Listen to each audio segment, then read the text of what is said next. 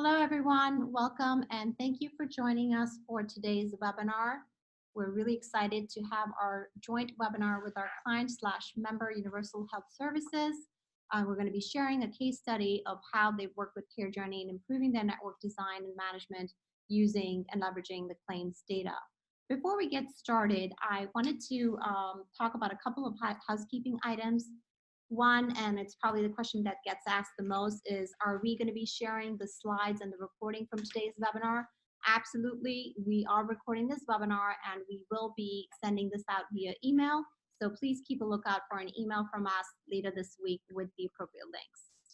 Second, we would love to hear comments and questions from you. We just request that you hold off until towards the end of the presentation, when we're hopefully going to have enough time for a Q&A session. You can use the chat feature within Zoom to send us your questions and comments.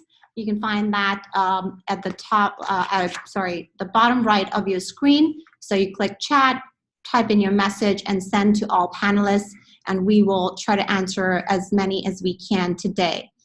So with that, I would love to introduce our speakers today. We have our very own UHS, our client, Mallory Carey. She is the ACO Operations Director and for Providence Health, which is a subsidiary of Universal Health Services. She's obviously been in this, been doing this for a long, long time, and we're really excited that she's going to be sharing a case study of UHS with us today.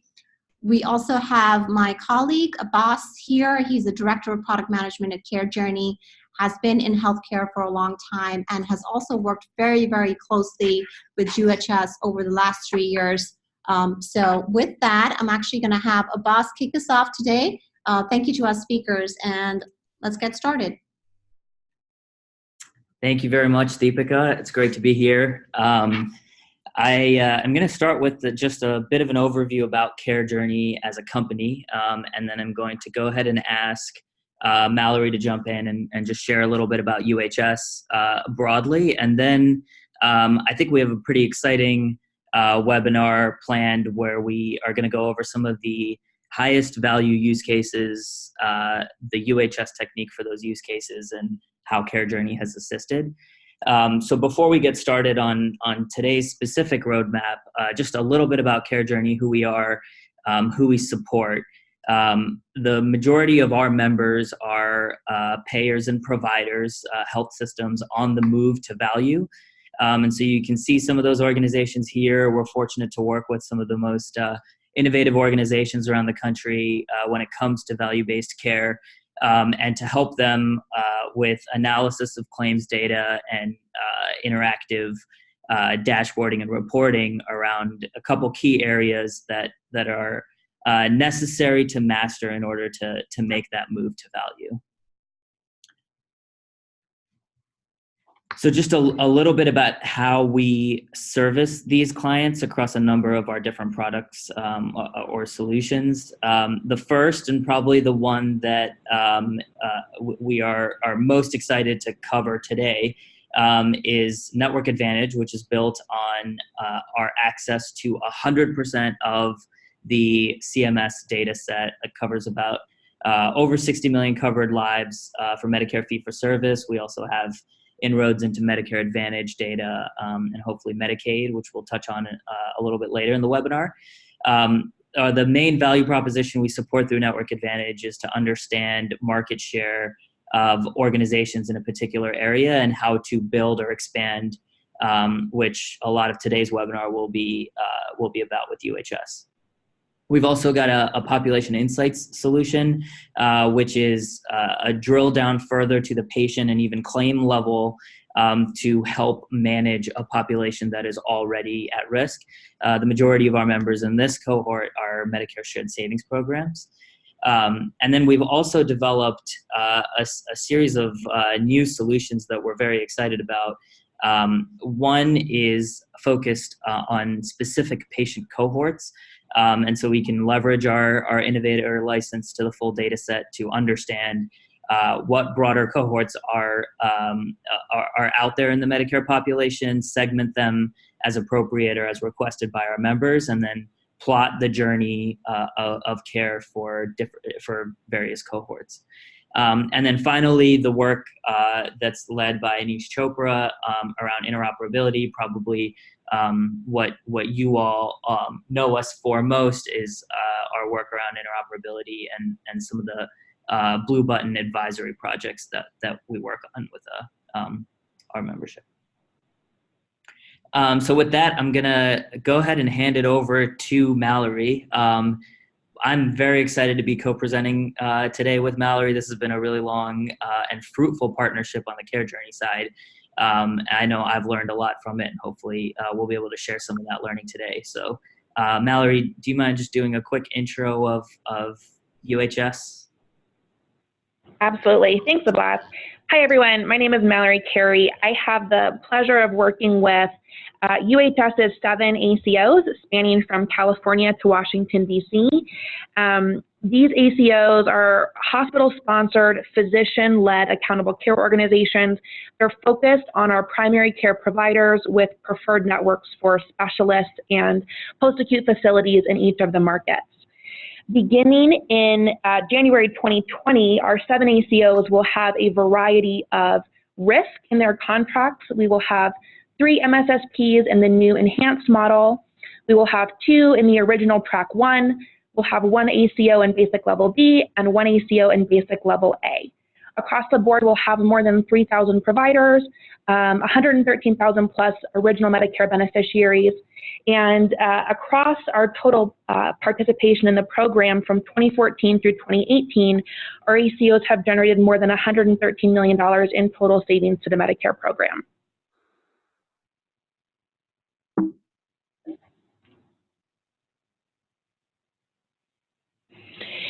UHS has a little bit of a unique position as a health system within the ACO space.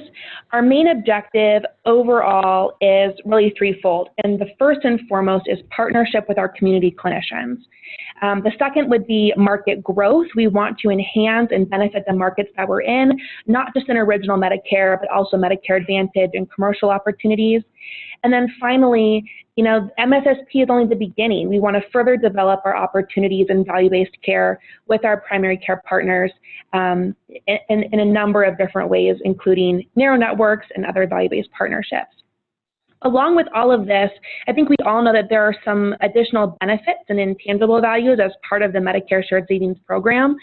First, this is a low-risk learning lab to begin value-based care. So for those primary care providers or other participants who are interested in this space but don't necessarily know how to get from point A to point B, an ACO is a great starting point. You can begin upside risk only and get your feet wet in those waters. The second piece is this is an opportunity for primary care partnership as an alternative to the physician employment model. So our ACOs are a combination of community clinicians and UHS employed providers. And we want to make sure that any independent clinician who wants to remain independent has that opportunity and has a path to partnership. There's significant transparency in an ACO through the Medicare claims data that we have access to. There's a revenue opportunity for all participants through generation of shared savings. And then finally, as we discussed, there's development into additional arrangements for other value-based care opportunities. So summing up, the proof case is in the MSSP. This is where we start. We navigate these waters into additional narrow networks through additional shared savings arrangements, and then finally, you know, moving into total risk or capitation models in Medicare Advantage and other commercial products. Thanks for teeing that up, Mallory. I think you did a great job of introducing really the roadmap for the conversation today. So just as Mallory mentioned, we're really going to start off with the establishment of an MSSP ACO, and then we're going to go through 4 different sections of today's webinar to understand what UHS's technique was in addressing that immediate goal. And then hopefully for the benefit of the rest of you all on the phone, how Care Journey has assisted and kind of facilitated the technique that UHS proposed. So without further ado, we'll go ahead and get started. This will be the roadmap for our agenda. So we'll see this slide again, but we'd like to start with the market footprint that UHS establishes around their acute care hospitals. So Mallory, as I understand it, the UHS technique here is obviously centered around establishment of an MSSP ACO. And so I'd love to understand kind of how your theory around this. And you talked a little bit about why MSSP is a great place to start. Maybe we can get into a little bit more of the tactical kind of decisions about who you start with when it comes to the participant. Absolutely. So the key for us within UHS and our ACO journey has been finding balance between past performance data and future opportunity for savings and continued improvement in utilization. So previously, the thought around this, specific to ACOs, I think, was to enroll high-performing participants with a fairly large panel size within the ACO to maintain that total expenditure below the benchmark, which makes sense in the beginning, but as we know with the CMS regulations, it's almost a race to the bottom because you're improving against yourself every year. So the shift for us was to find a balance in participants who are already high performing and can continue moving that train along the track, in addition to engaging new participants who may have previously had high utilization, high total expenditures, but are interested fundamentally in moving to value-based care. Because as we know, it's those participants with the high overall cost who can then improve upon that really are generating the savings for the program. So that's kind of our long-term view in assessing new participants for our ACOs. So starting, on the left-hand side of this slide, it's a balance between historical cost and utilization performance and a participant's desire to take on new value-based contracts. For us, we don't do external marketing for our ACOs to recruit new providers. A lot of our new participants come through current provider recommendations, looping in their peers and colleagues to join. There's also a level of interest in just word of mouth within the communities, which I'm sure many of you are familiar with.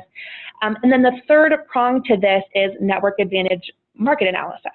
So Abbas talked a little bit about the Network Advantage module, which gives us a glimpse, not just into our ACO claims data, but original Medicare claims across the nation. And we can see this performance and utilization data outside of our own current networks. So the first step for us is insight. We look at the data and we're able to see at a group level and at a provider level the Medicare fee-for-service panel size. So we start to get a better glimpse into the volume of patients. We can also look at current performance from the claims compared to our ACO's regional benchmarks, looking at cost, at acute care utilization, risk scores, post-acute utilization, and preventive care services. So this slide right here just walks through the provider information and where they're located. So you can pull this at a state level, a county, a geographical level, and then you can start to look at performance. And so I think previously, an idea here would have been to sort this list by low PMPY and high level of attributed patients, because we would have wanted those low utilization, high panel providers. What we found, though, was there's a balance between those low utilizing providers and those who have opportunity for improvement. And so we leverage Network Advantage to arm us with the data to then go have conversations with our prospective participants. Abbas, can you talk a little bit about how Care Journey obtained this national level data at the claims detail? Absolutely. Yeah, thank you for walking us through those, your kind of thought process through those metrics. I think as you saw on the last slide, obviously that's sample data, but we do have access to that national fee-for-service data set, which I think is especially important when you evaluate Mallory's use case. We have a research license, which actually allows us to access 100% of the Medicare fee-for-service data, both Part A and Part B, meaning the institutional claims as well as the professional. That's what really allows us to build a lot of the longitudinal patient enrichments that are necessary to pull together some of those metrics that Mallory was talking about. So for example, attribution, we can run the MSSP attribution logic, that two-step attribution logic on every provider in the country and get to that volume assessment that's so critical in the approach that Mallory mentioned. We can also use that to do episode and breakdowns by spend and the PMPY calculations that are kind of the flip side of that balancing act. One thing I would like to note is as Mallory walked through a number of those different metrics, obviously you want to sort and prioritize those different metrics differently based off your organizational priorities. We are, as an organization, working towards a more kind of proactive recommendation-based approach.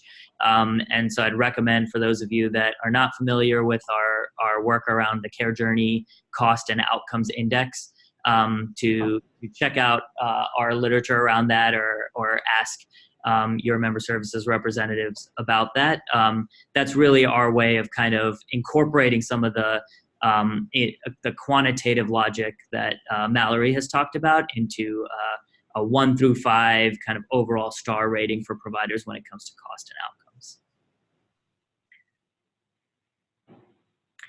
All right, I think next we're going to move on to the second step in our 4-step approach here.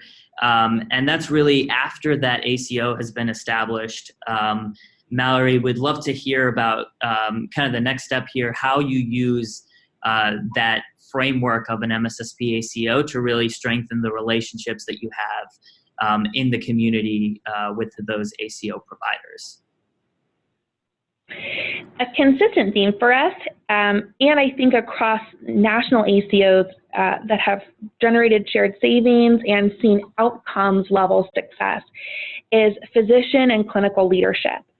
For us, we took this physician leadership also to include data and performance management as well. So not just those peer-to-peer and colleague conversations around strategy and vision, but also getting down to brass tacks, how we as an ACO are performing and where we can start to target some of our utilization to provide the best care possible for our patients and not give them their runaround, but make sure we're drilling into their exact needs. So for us, this meant leveraging those physician leaders in that way. The first step for us was to review this massive ACO data with our ACO clinicians. And so we took the fundamental foundational data from Care Journey and started to review with our physician leaders and our ACO board to identify those key elements that we wanted to begin to track. Step 2 was then collaborating with Care Journey on implementation. So I think one thing that's been excellent for us is Care Journey provides a fundamental framework of data that's available for clients to utilize, and then there's an element of customization that's available to then tweak this to what makes sense for your market and your ACO. So then the third step was then managing ACO performance with all of our participants through those actionable metrics. Abbas, can you talk a little bit about the Care Journey process of, you know, you're getting a lot of feedback from a lot of different clients, clinical and non-clinical. How do you take that feedback and then translate it into something tangible for your users? Yeah, I'm glad you brought that up, and we do receive quite a few requests such as this, especially as different organizations go through that feedback gathering process through their boards and through individual providers. So we've come up with a pretty simple template for an approach to building what we call these care models. And essentially there's 4 main components to these models. The first is identification of the eligible patient population. The second being a trigger event, or basically the event in the patient journey that necessitates that some intervention be taken. You can think of that as an emergency room visit or a readmission or a discharge. And then the third component here being the actual intervention that is prescribed. and the fourth being the outcome that should be measured, or where the observed kind of impact, or the impact can be observed, excuse me. And so what we've tried to do is build building blocks for each of these four components. And you can see in the example of the red patient risk segmentation that was developed by UHS clinical leadership, some of the building blocks that have gone into this care model are the chronic conditions that a patient has. Those are used to define who the eligible patient segment is. In some cases, it may be the number of chronic conditions that they have also. The trigger event here is really the accumulation of various risk factors. And so those risk factors could be, like I said, emergency room visits, admissions, readmissions, et cetera.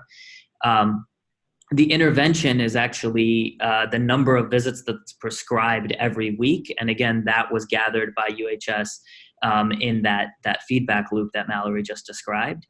And then obviously the end outcome that we all want to influence is the total cost of care and the quality or the outcomes that the patient receives. But that is also another kind of customizable input that we can inject. So just one thing that I want to note, just how, as we talk about how it gets incorporated and brought back into the product, since there is a level of customization in the process, we want to introduce and carry through that customization into the end product. So this becomes a self-service list for users at UHS to leverage, and not a report that you have to request every time. And because we have access here to the CCLF or claim level information, we can provide those lists back at the claim level or even the patient level. And so what you see here is a list of patients classified as red patients, or really those highest risk patients as identified using the methodology that was created by UHS clinicians. And that list can be updated, is automatically updated on a monthly basis when we receive new data and rerun all the algorithms that underlie that segment. All right, now on to the third step in the process. I think this is one of the really cool areas, Mallory, I think, where the partnership with UHS has really bared a lot of fruit in the product. And so I'd love to dive in a little bit deeper here on the technique that UHS has in kind of how it goes out once the ACO has been established and these relationships with community providers have been strengthened, how UHS kind of empowers hospital leadership to kind of take further action. Definitely. So as we've mentioned before, UHS is at heart a healthcare system. And so within that, there are acute care facilities, there are employed primary care and specialty providers, there's a behavioral health division, there's a health plan component. And so as a system, we were looking for a way to leverage this broad spectrum of ACO data that we have at our fingertips, and not just limit to ACO performance, but how can we then take this out into the streets and start to help impact our communities? For us, this looks like identifying market trends, taking action internally, and then sharing our story externally to strengthen our partnerships. So the first step for us is, what are the trends in the market? How do we model those admission trends, those planned admissions by community providers to specific facilities? Where are the key providers in our markets, and where are they sending their patients for selective planned admissions? And are they going to UHS acute care facilities? Are they going to other facilities in our market? If so, are those dependent on service lines, quality of the facility, performance of the facility, cost efficiencies? There's a number of variables there. So once we have that trend, we can then take a look internal and look at our quality, our cost efficiencies, and our performance in our facilities, and how we compare to other facilities in our market, what we have to offer, and how we can support the others in our market. From there, we then create, as an ACO analytics team, we create a quarterly market analysis packet that goes to our hospital CEOs in each of our markets. This is new for us. This is something that we've developed in collaboration with CareJourney in this last year, and we have really kind of 2 solid quarters of this behind us, so we're brand new to this space.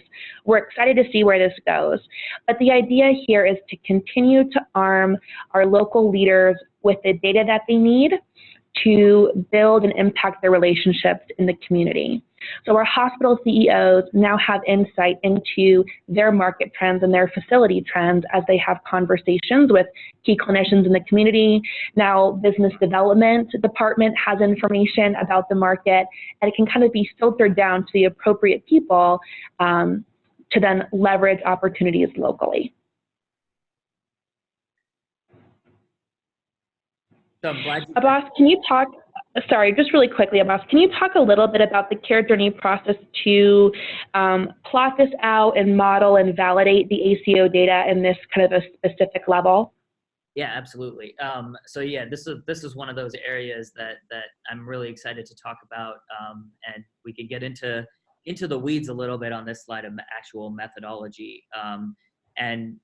So just to provide a little bit of context here, the quarterly market analysis, the deliverable that Mallory was talking about, it generated some really valuable questions about how patients actually flow through the different elements of the network. And folks on the UHS team posed some great questions to our analytics team about what we can do to actually model who is responsible for an admission. This is a topic that I believe is gathering a lot of steam right now in the at least claims data analytics space. But I do believe that a lot of folks are operating on just what we call simple co-occurrence of events as kind of the standard for referral analytics in claims data, meaning if I saw Dr. A and I saw Dr. B, then Dr. A must have sent me to Dr. B, because there isn't really a source of truth on whether it was actually Dr. A that sent me.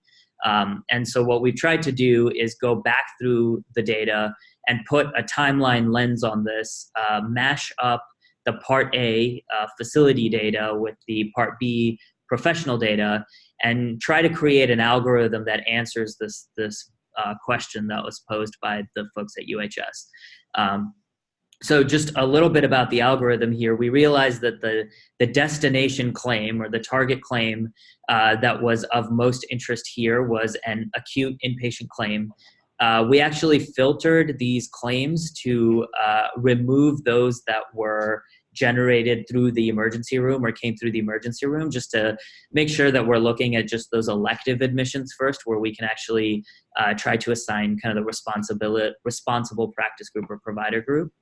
And what we did was establish a timeline for the patient to look at all of the linked Part B or professional claims, and then understand who the highest paid professional claim belongs to, and identify that rendering provider. Typically, this will be a surgeon or a proceduralist of some sort that we can kind of attribute the referral to in this case. The goal here, when you kind of zoom back out to the level that Mallory was talking about in the previous slide, is to identify the individual who is responsible for sending patients to the inpatient, to a particular inpatient setting. And that can be obviously very valuable to inform future referrals or any of that quarterly market analysis deliverable that Mallory had talked about. I do just want to mention again how we've incorporated some of the output of these analytics or these algorithms into the broader product for use by the rest of our cohort. And so we've got a module that we're calling Network Integrity. As you heard Mallory talk about earlier, the goal here is to make sure that once you've gone through the analytics to make sure that you have the right providers in your network, and you're obviously doing the analytics internally to make sure that you're providing the best quality care within your network. You now want to make sure that those patients stay within the network. And so we've separated this into 3 main sections, starting with identifying the market share, drilling down to the facility level, and defining your market based off of potentially a service line as well. And then drilling further down using that referral logic that I just talked through to identify who the top surgeons are that are sending to a particular facility, whether that be your facility or one down the street, in order to inform those partnership conversations that Mallory was talking about. And finally, I know that there are some pages in Network Advantage or some dashboards, Mallory, that you all have kind of made use of in those quarterly market deliverables. I wonder if you can kind of speak a little bit to whether there's been any kind of efficiency gained, hopefully by the work Care Journey has done in profiling some of these facilities. Yeah, absolutely. So, I mean, as with all of these development opportunities in our partnership, there's been kind of a back and forth between idea, implementation, phase 1, phase 2. And so for us, in the beginning of the year, there was a lot of work spent in putting together this packet of market analysis. And in sharing that with Care Journey and looking at which metrics make the most sense to track, I think Care Journey's process of putting this into a user interface that's newly launched for us will make a huge difference, just I think first and foremost in the time it takes to put these packets together, but also having this kind of multi-layered visual component that really pulls the data together and makes it more tangible. Yeah, there's just a couple things I wanted to point out here in addition to the referral analytics that we talked about. Hopefully these are some of those that you're referring to, Mallory, but we do classify specifically kind of discharges coming out of facilities and 30-day cost following an admission at a facility. Really what we're trying to do with these types of metrics is apply kind of an episodic approach to evaluating a facility. So a lot of times the questions we get are kind of in reference to the star ratings and the public use files that CMS outputs. We incorporate all of that information and leverage that to inform information about the facility's practice within kind of the four walls of the facility. But then we've also included information like you see here about the discharge statuses, the admission sources to understand, the readmission rates to understand what happens before and after a patient is at that facility. And that's all meant to kind of provide a better 360-degree view that, as Mallory mentioned, is unique to claims data. All right, and I want to make sure that we dedicate a good amount of time here to the last section when we're talking about beyond MSSP and what you all do next. And so I want to make sure, Mallory, that we give you kind of the opportunity to talk about how this process has gone, what you've learned coming out of the MSSP successes, and how you work with new risk-based contracts and kind of your process in obtaining those. And then I'd like to talk a little bit about our roadmap for new data sets that we can add. Perfect. So if we think back to the beginning of our conversation, I think from the UHS perspective, Medicare shared savings programs are the start. This is a way to launch the process into the transition to value-based care. This is not necessarily the end game. And while there may always be a panel of original Medicare patients, and we do want to maintain an opportunity for shared savings and the appropriate management of those patients and their care, we also want to leverage the growth and maturity of our providers as they move down the path of value-based care and give them additional opportunities.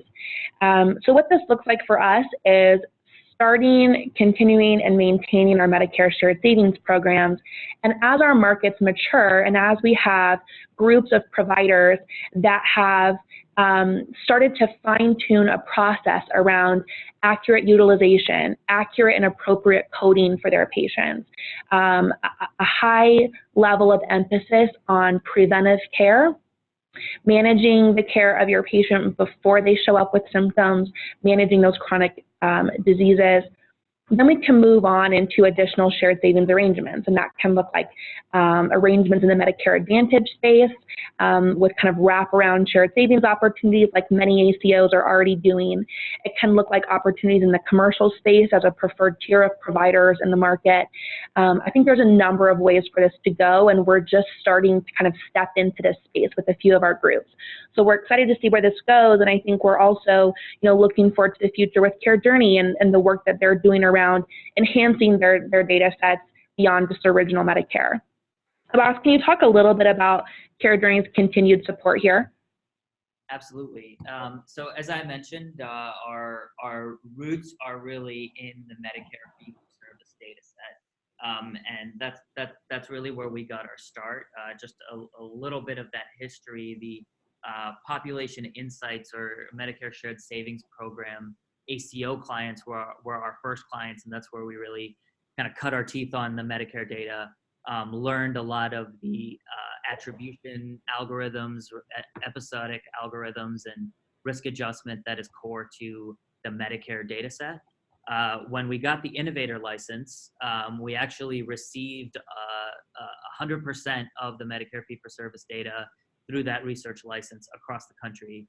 And we got almost 10 years of that data set now with an update every quarter. And that's really what's gone into a lot of the analyses that you saw Mallory talk about in the first couple modules. Obviously, we understand that most of our member organizations are on a similar path to increasing their number of value-based care contracts, similar to Mallory and UHS. We have received Medicare Advantage encounter data.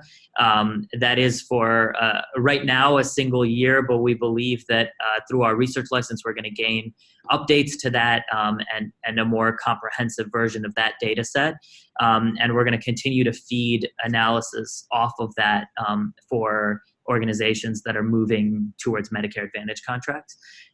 One example there, be sure to ask your member services representatives about this, and you may have seen in some of our blog posts, is the analysis of patients that have switched from Medicare fee-for-service to Medicare Advantage.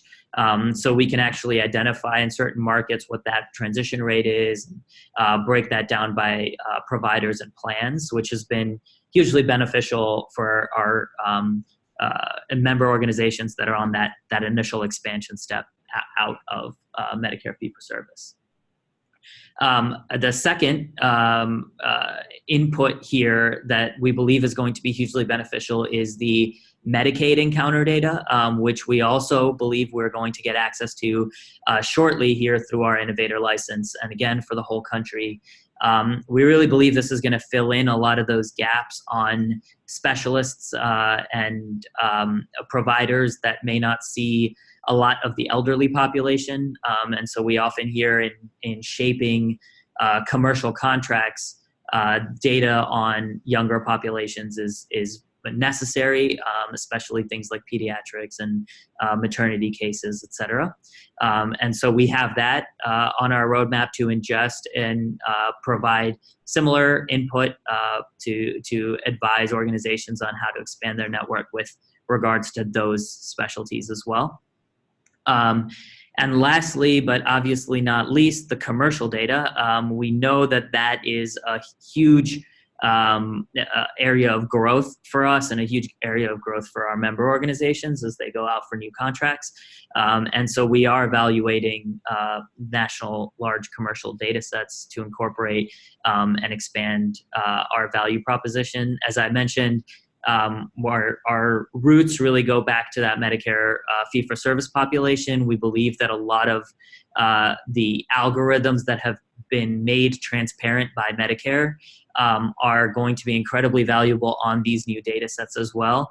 And as we mentioned at the onset, we really want to make sure that we're staying focused on our kind of no black box, transparent, open source approach. And so we're really going to take a lot of our learnings from that Medicare fee-for-service population out into these new data sets.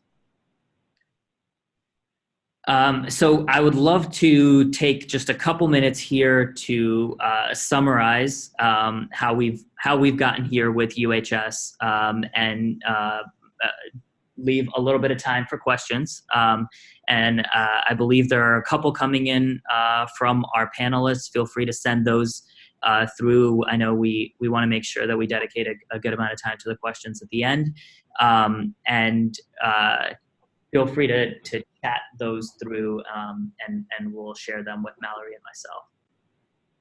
So in summary, I'd like to just kind of recap over the 4 steps that I talked about, and then Mallory, I might turn it over to you to just share some of the kind of learnings as we reflect on the last couple of years of our partnership.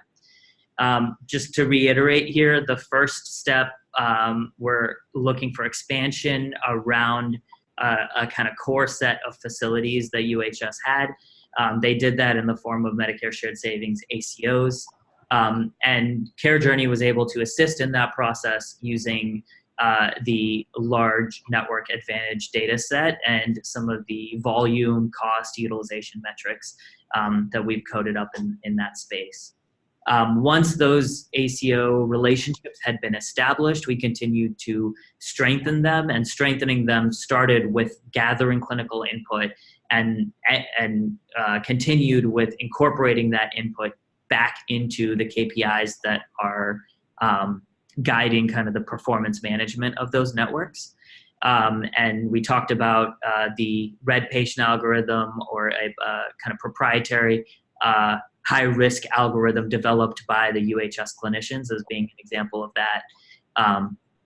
And then we talked about the community partnerships and the ability to use claims data to strengthen those partnerships, and some of the newer modules that we are releasing on top of that fee-for-service data set to understand referrals, as well as the UHS kind of partnership in developing algorithms to drive how we assign responsibility of a referral or an admission to a provider.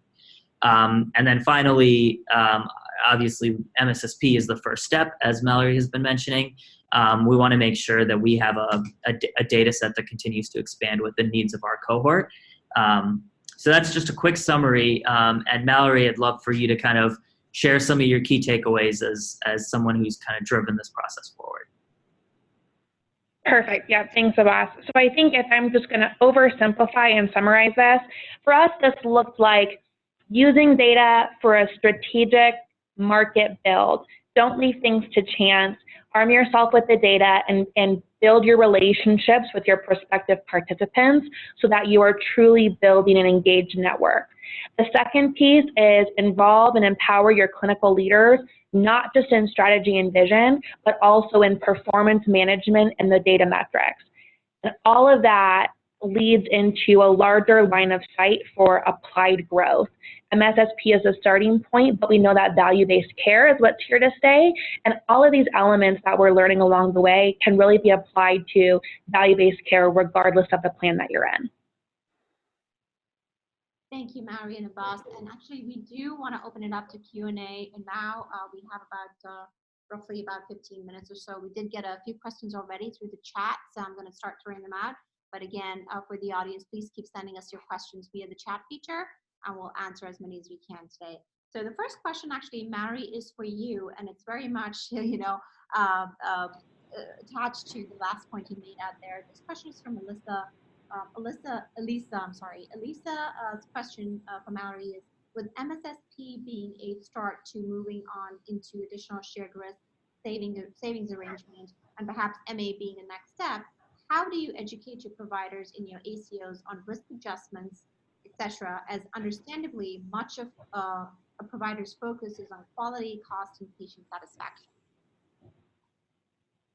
Excellent question. And I will just start by saying, just as with many ACOs, this area of appropriate risk adjustment is new to us. So we are learning along with you all. But I can talk a little bit about our process thus far. And you're right, with Medicare Advantage being a next step, I think we all have become familiar with HCC and the risk adjustment factor being a key component to Medicare Advantage shared savings success. So first and foremost, what we communicate to our providers is that risk adjustment looks different in an ACO than Medicare Advantage.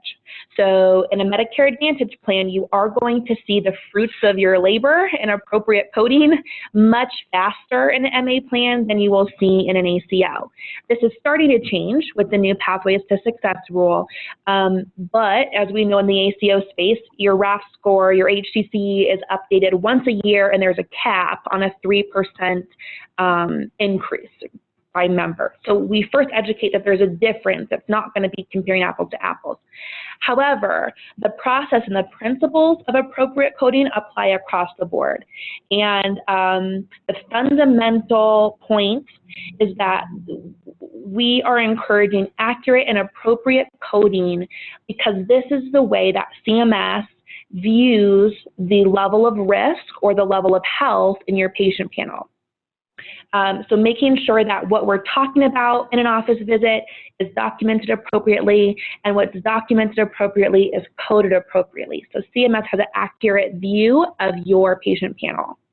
And then finally, we talk a lot about, what even is a risk score? What is an HCC, and how does this apply in the MA space to payments and reimbursement, and how does it apply on the ACO space in terms of your benchmark and your adjusted benchmark year over year? So there's kind of a threefold process. At this point, it's really about education. We do this in a couple of ways. We have standing meetings that we have with our providers, whether it's our monthly board meetings or routine participant meetings.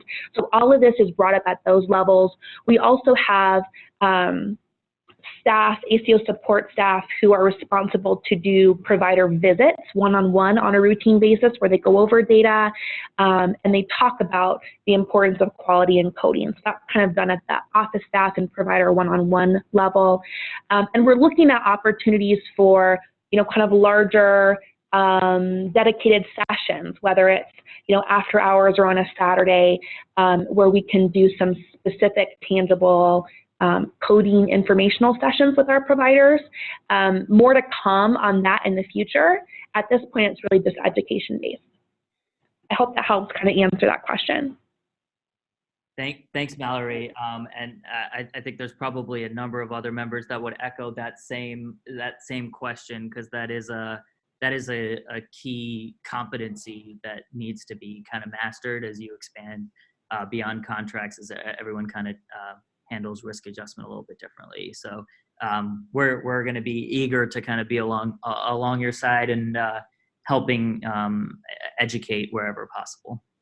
And just another follow-up question to a point that you made, Mallory, about your outreach to the providers. The question is more about, what are some of the other folks internally at UHS that are working and looking at this data? Are they, is there the analytics department? I guess a tack on to that was a question around how much of the way that you use Care Journey is self-service versus, is there a dedicated point of contact? Just if you could talk a little bit more about how we're using the Care Journey platform and who's using it. Yes, so within the UHS ACO space, we have a couple of different support mechanisms. In terms of personnel and resources, we do have support staff. We have a small team in each of our markets that support our ACO operations. We also have an analytics team that supports our ACOs and Prominent Health Plan, which is kind of another arm of UHS. And so we do have an internal analytics team that helps us do some of our ad hoc analytics. The users of the Care Journey module are internal. This is our ACO support staff and our analytics team.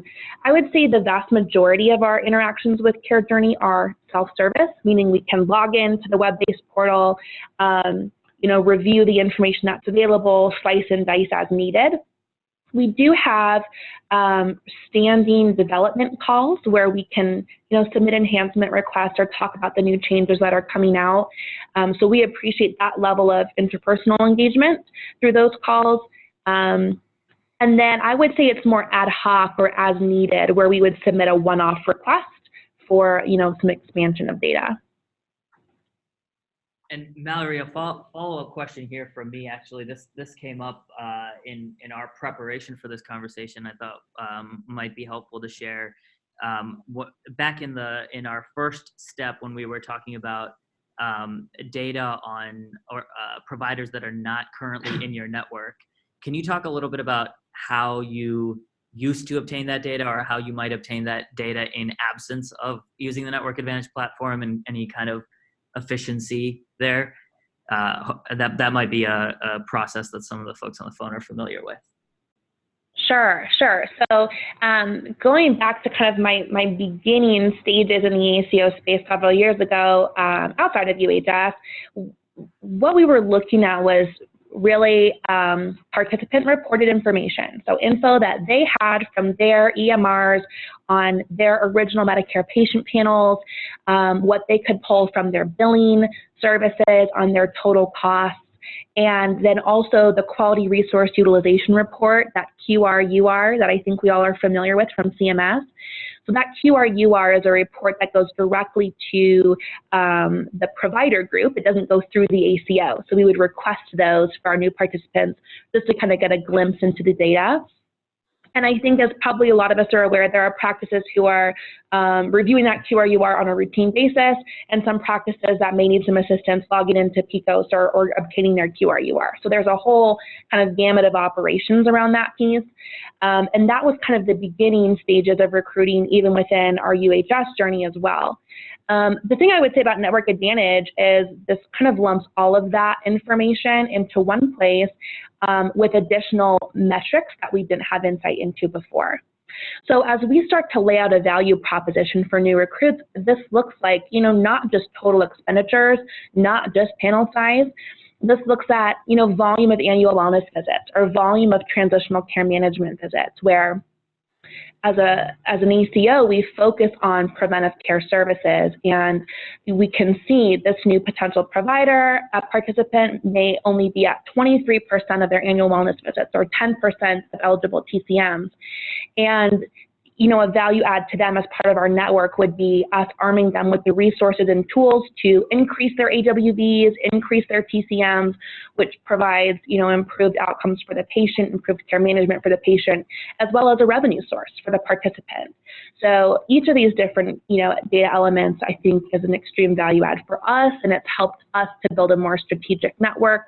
And even for those participants who, have a large opportunity for improvement, we know it's not going to happen overnight. We know that it takes time to shift habits and to shift behavior, and it takes a willingness on their part to do so. But this gives us some insight in the beginning that I think otherwise we didn't have access to. Thank you so much for that, Mallory. Abbas, there's a question for you, and this is about care models. In addition to the red patient segmentation, what other care models have you sourced from your membership that users are leveraging today? So I think this is hopefully a concept that we're going to get a lot of feedback from folks on. It's something that we rely on a lot of crowdsourcing from members. And I'd say one of the ones that stands out to me is similar to what Mallory just mentioned about transitional care management. We have had folks who, starting with the CMS definitions of annual wellness visit compliance, transitional care management compliance, and chronic care management compliance, then wanted to go back and kind of revisit the patient eligibility or the trigger events that necessitate those. So just to give you an example, for transitional care management, not all organizations agree on how the high to moderate severity of a patient should be assessed in making them eligible for that transitional care management visit. And not all agree on what exactly it is that we should measure as the intervention. So in some cases, we find that organizations may not code the transitional care management CPT code, but they might code just an evaluation management or encounter with their PCP with, again, following the criteria within a week of discharge. And so those are kind of instances where we've had member organizations tweak patient eligibility criteria or tweak intervention criteria on an existing CMS care model. And I think that's been the kind of primary way that we've modified care models and expanded on our tool set. What that allows us to do now is go into an organization and say, here's what we believe is the starting point. Here's what really CMS believes is the starting point based off of our interpretation and claims data. But if you have modifications to make, like UHS did for how they defined red patients, then we can support that. Thank you so much. I'm going to take a couple more questions because we are coming up on time. This is actually a broad question, both for Mallory and for Abbas. It's more in terms of, the next steps or looking forward. So it's a two-part question. First part is for Mallory. In terms of, you mentioned that, some things that you've been doing for some time now, and you're seeing some of the results come in, other things you've just started to do recently. Could you share a little bit more about what are some of the next steps in terms of your partnership with CareJourney or how you plan to use this data going forward? And then the second part of the question, Abbas, is more for you in terms of, besides, the success that you shared about the partnership with UHS, are there other sort of stories that are similar, or what have you learned from other members? So Mallory, I'm gonna first start with you, since the first part of the question was for you. Sure. So if I'm understanding the question correctly, I think oversimplified, it may be asking, what has been the process of utilizing the CareJourney information from beginning until now, and then what are the things that we're looking at going forward? So the beginning for us was really around analyzing the raw claims files that come in from CMS. When you get that first data dump of files, it's hard to know even where to begin. And so our starting point was just working with CareJourney to say, okay, let's pull these into some standard metrics and really leverage kind of the POP insights and the CareDirect models that give us overall analytics, TIN and provider level data, and then drill down patient reports. That was kind of the fundamental of where we started, and that's still the process that we continue to leverage. The piece that's new to us is the network integrity, maybe kind of a market analysis component, which is looking at admission trends over time and having our hospital leadership then take a look at this information and see how it benefits their relationships. And that piece is new to us. It's new to us for this year. We're excited to see how this additional data set empowers our leaders in building their markets. And then I think the new stuff where we really haven't gotten into the next step yet is leveraging CareJourney data sets for Medicare Advantage opportunities and commercial opportunities. As more data comes in through CareJourney, we're looking to continue that level of analytics on where's the appropriate market to begin and drill down. And in that market, what are the first 1, 2, 3 items for us to look at where our providers are already high performers, and we can use these as leverage and negotiating points with the payers in those areas. Thank you so much. Yeah, no, Mallory did a great job of kind of laying out the groundwork, and I think it's always refreshing to know that your roadmap aligns with our roadmap.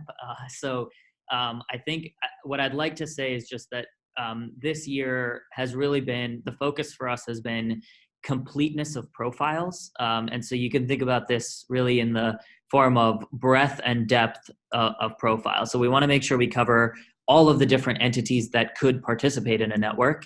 And a lot of that has been, is nearing its completion. So we did primary care providers, we profiled specialists, we did short-term facilities, and now most recently home health and skilled nursing facilities. So we have those facility profiles that we gave a little bit of a glimpse of earlier. Then we went into depth. We make sure that we want to show not just kind of volumes and total cost, but also outcomes metrics, any episode algorithms that we can code up, any of these care models that we can cut by these different facility components. So I would categorize that as kind of the completeness of the full Medicare profiling. The two major components that I'm most excited about in the future are recommendation-based, as you heard Mallory mention. So we want to make sure that we support some of those decisions that folks like UHS will have to make in the future. The first I alluded to a little bit earlier is the Cost and Outcomes Index, which is kind of a simplified rating system for provider organizations that's built both on open data, or this publicly available CMS data set, and using open algorithms, which is a combination of a number of CMS published episode algorithms. And we do have literature and a webinar on that that we can make available. The other major thing that came out in this quarterly release, and we're continuing to build on, is, as Mallory mentioned, the referral analytics that allow us to determine kind of how patients flow between these entities that we're profiling. And that's really a huge area of focus for us, in addition to kind of pumping a lot more of the data through these algorithms. Well, thank you so much, Boss. And since we're right up on time, I know there were a couple of other questions. We would have to get back to you over email for those questions. But thank you so much. This was really a great conversation. Lots of interaction from the audience as well.